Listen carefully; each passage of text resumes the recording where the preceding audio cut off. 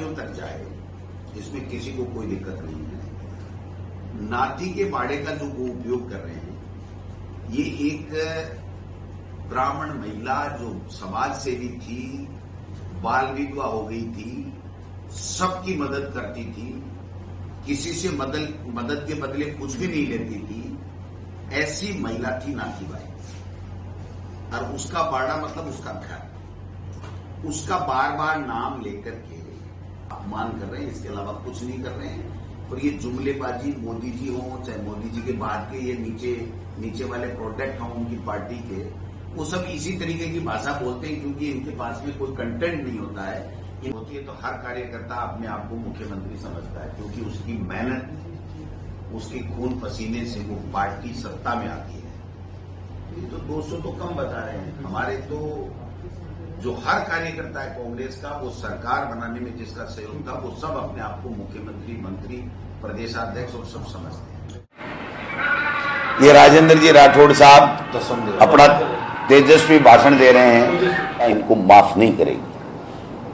आज जब राजेंद्र जी राठौड़ जो अपने आप को स्वयं मुख्यमंत्री घोषित कर रहे हैं, विभिन्न मीटिंगों में, अपने लोगों में, भाजपा के नेता और कार्यकर्ताओं में, जब वो स्पीच दे रहे थे तो 500 लोग भी उनकी मीटिंग में नहीं थे, सारी की सारी कुर्सियां खाली पड़ी थी।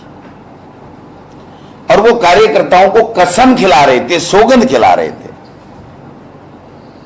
इनकी दुर्गति देखो आप, दुर्गति शब्द बहुत एप्रोप्रिएट है।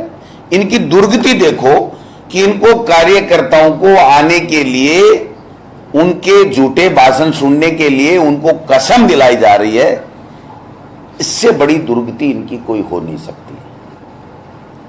तो मैं तो ये कहना चाहता हूं कि ये जितना भी परसेप्शन बनाने की चेष्टा कर रहे हैं, इनके पास मुद्दे नहीं हैं, इनके पास हमारी सरकारी योजनाओं में कोई कमी खामी ये निकाल नहीं पा रहे हैं। और ऐसे लोग बोल रहे हैं, आज भाषण दे रहे हैं बीजेपी के लोग जो मंच के ऊपर स्पीच दे रहे थे। हमारे एक मारवाड़ी में कहावत है कि छाजला तो बोले चलनी भी बोले। तो भ्रष्टाचार के आकंठ में डूबे हुए लोग और भ्रष्टाचार के आरोप दूसरे लोगों पे लगा रहे हैं, इससे बड़ी कोई गलत बात हो नहीं सकती है। मैं पुनः कहना चाहूंगा कि आप मुद्दों की बात कीजिए, आप कोई सरकारी योजनाओं में कमी खामी है तो उसकी बात उठाइए। अगर आपके पास कोई तथ्य मौजूद हैं तो आप उसकी, भ्रष्टाचार की कोई बात है तो उठाने में कोई परहेज नहीं है। लेकिन इनकी तो होड़ मची हुई है कि कौन आगे निकले, कौन मोदी जी और अमित शाह का प्यारा बने, कौन कितना झूठ बोल करके कितना आरोप लगा सके।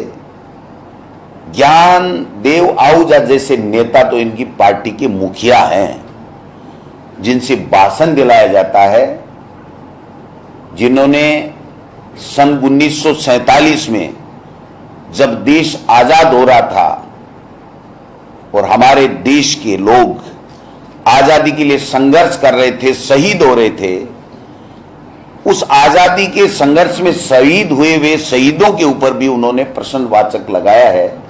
इससे बड़ी शर्म की बात कोई हो नहीं सकती।